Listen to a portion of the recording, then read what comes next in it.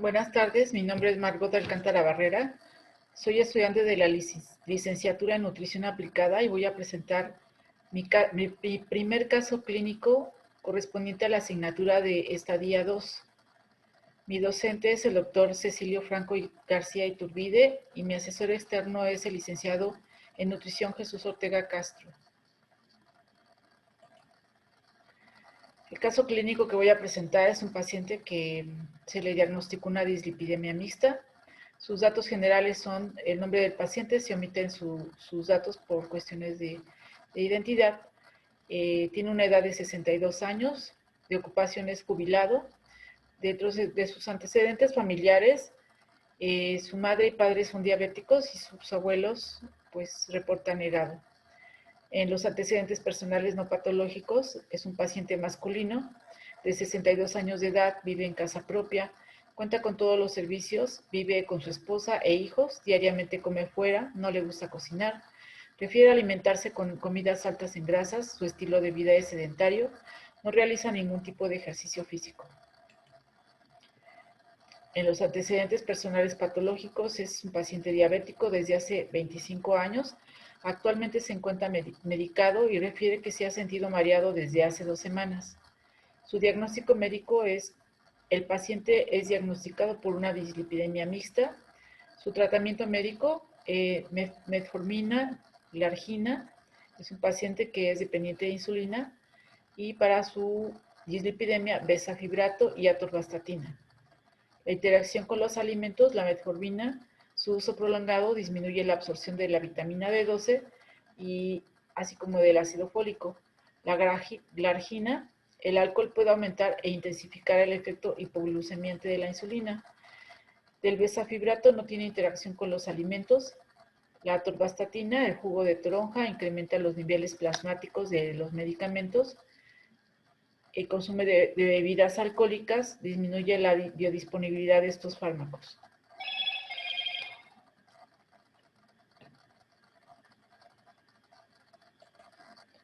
El diagnóstico médico con sustento bibliográfico. La guía de práctica clínica define la dislipidemia como un conjunto de enfermedades asintomáticas que tienen en común que son causadas por concentraciones anormales de lipoproteínas sanguíneas.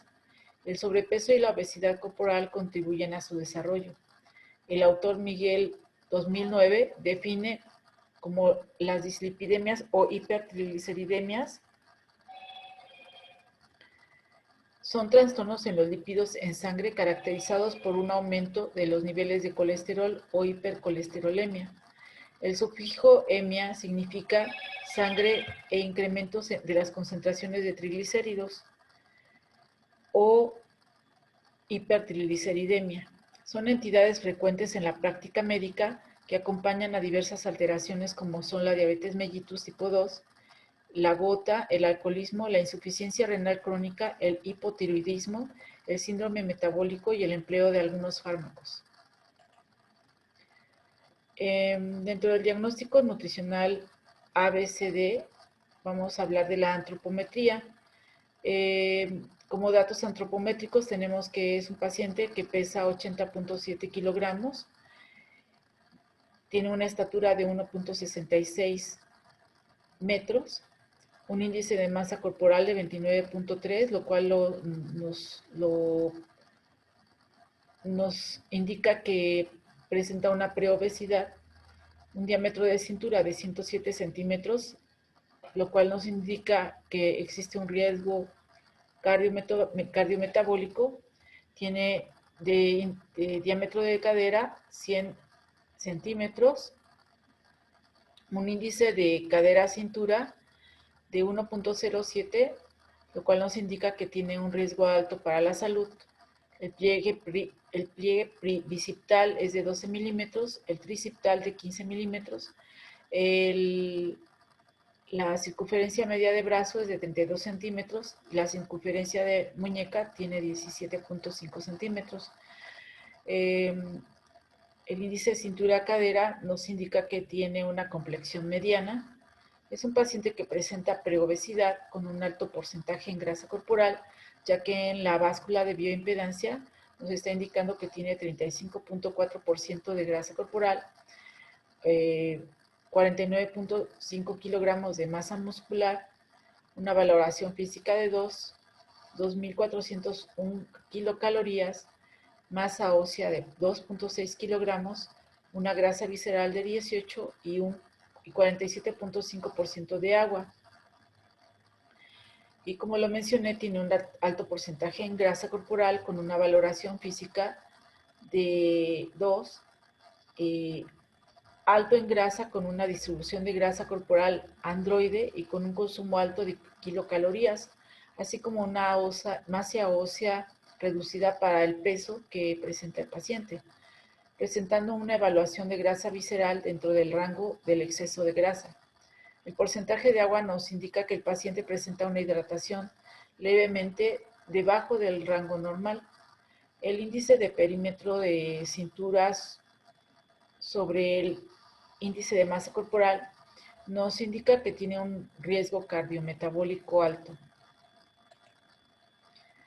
Dentro de los datos bioquímicos, el paciente nos indica que tiene una glucosa de 99.4 miligramos sobre decilitro, triglicéridos de 954.9 miligramos sobre decilitros, colesterol total de 245.9 miligramos sobre decilitro, un colesterol LDL de 27.52 miligramos sobre decilitro, un colesterol HDL de 28.3 miligramos sobre decilitro, lo cual nos indica que el paciente presenta una hipoalfa lipoproteinemia, ya que presenta un valor menor de 40 miligramos sobre decilitro, una creatinina de 0.6 miligramos sobre decilitro, una urea de 26.8 miligramos sobre decilitro, y pues este paciente presenta una glucosa sanguínea dentro de un valor normal, un colesterol total y triglicéridos altos, presentando con ello una dislipidemia mixta.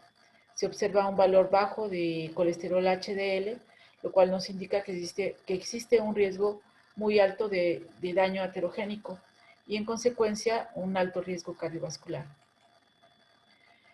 La dislipidemia aterogénica se presenta cuando tenemos un paciente o datos de colesterol elevado, triglicéridos mayores de 150 miligramos sobre decilitro, niveles bajos de colesterol HDL menores de 40 miligramos sobre decilitro en los hombres y en las mujeres menor de 50 miligramos sobre decilitro, lo cual aumenta el riesgo cardiovascular, como lo mencioné anteriormente, y presenta niveles normales de colesterol LDL menor de 100 miligramos sobre decilitro. Y en los datos clínicos, a la exploración presenta una buena coloración de conjuntiva, presenta signos de xantomas de codos, arco corneal visible en la exploración, así como santelasma en párpados. Reporta ansiedad, lo que induce a comer mucho. Presenta síntomas tales como diarrea, distensión abdominal, gases y gastritis. El paciente reporta no presentar cambios recientes en su peso. En los datos dietéticos, el paciente reporta realizar 5 tiempos de comida. En la frecuencia de alimentos refiere tener un alto consumo de pastas y alimentos ricos en carbohidratos simples y azúcares, ya que tiene un alto consumo de refrescos. Tiene un alto consumo de grasas saturadas, así como de sal. En el recordatorio de 24 horas refiere consumir aproximadamente 2.500 kilocalorías por día. En el diagnóstico nutricional tenemos un paciente preobeso que presenta una dislipidemia mixta con antecedentes de diabetes tipo 2 con un control farmacológico, un alto riesgo cardiovascular, así como un alto valor en triglicéridos, lo cual nos indica que puede presentar o hay un alto riesgo de presentar una pancreatitis aguda. Dentro del plan nutricional recomendado se sugiere un plan de alimentación basado en los siguientes porcentajes. Carbohidratos de 45 a 55%, de los cuales deben de ser en menor porcentaje simples, grasas de 25 a 35%, grasas saturadas menor del 7%, grasas monoinsaturadas hasta el 20%, grasas poliinsaturadas hasta el 10%, proteínas del 15 al 20% y se indica una dieta rica, variada y rica en frutas y verduras. Se recomienda la ingesta de pescado 3 veces por semana, además de alimentos ricos en omega 3. En el cálculo del gasto energético total tenemos un cálculo del peso teórico de 62 kilogramos. Se usó la fórmula de Harris para determinar su GET, que fue de 1.600 kilocalorías por día. Se tomó en este cálculo, se tomó un peso ideal de 62 kilogramos. En la distribución de macronutrientes tenemos que se le hizo una distribución de hidratos de carbono del 55%, proteínas del 20% y lípidos del 25%, teniendo un gramaje de hidratos de carbono de 220 gramos, proteínas 80 gramos y lípidos 44.4 gramos. En el cuadro dietosintético tenemos que el paciente se le va a indicar una ración equivalente de verduras de 5 raciones, de frutas 2 raciones, cereales sin grasa 8, leguminosas 1 ración, alimentos de origen animal de muy bajo aporte graso 2, alimentos de origen animal de bajo aporte graso 3, leche descremada 1, aceites sin proteína 5 y aceites con proteína 1. En la distribución se hizo una distribución en 5 tipos de comida, en donde se le va a indicar un desayuno, colación, comida, colación vespertina y cena. En el ejemplo de menú tenemos en el desayuno un omelette de claras de huevo, relleno de espinacas, acompañado con frijoles refritos y un vaso de yogur sin azúcar. En la colación tenemos papaya picada, 1 taza, y en la comida pechuga de pollo a la plancha, acompañado de ensalada de verduras, tales como pepino, lechuga y jitomate, una ración de arroz integral cocido y aguacate y 2 tortillas. En la colación, manzana cocida con nuez. En la cena, atole de avena acompañado de galletas marías, quesadilla de queso Oaxaca con espinaca cocida y guacamole. Las recomendaciones son que tiene que tener una ingesta de ácidos grasos saturados en menos del 10% de la ingesta total de energía, reemplazar por ácidos grasos poliinsaturados. Los ácidos grasos trans e insaturados, tampoco como sea posible, preferiblemente ingesta de alimentos no procesados y menos del 1% de la ingesta total. Menos de 5 gramos de sal por día, de 30 a 45 gramos de fibra al día, preferiblemente de productos integrales, 200 gramos o más de fruta por día, 2 o 3 porciones, 200 gramos o más de verduras al día, de 2 a 3 porciones. Pescado se recomienda de 1 a 2 veces por semana y 30 gramos de nueces sin sal al día para que tenga una buena ingesta de omega 3. Consumo de bebidas alcohólicas debe limitarse a 20 gramos por día a los hombres y 10 gramos por día para las mujeres. El consumo de bebidas alcohólicas y bebidas endulzadas con azúcar no se recomienda y pues se le indica al paciente que debe de tener un cambio en el estilo de vida, la práctica de ejercicio físico de moderada actividad y reducir la ingesta calórica de 300 a 500 kilocalorías por día, sobre día.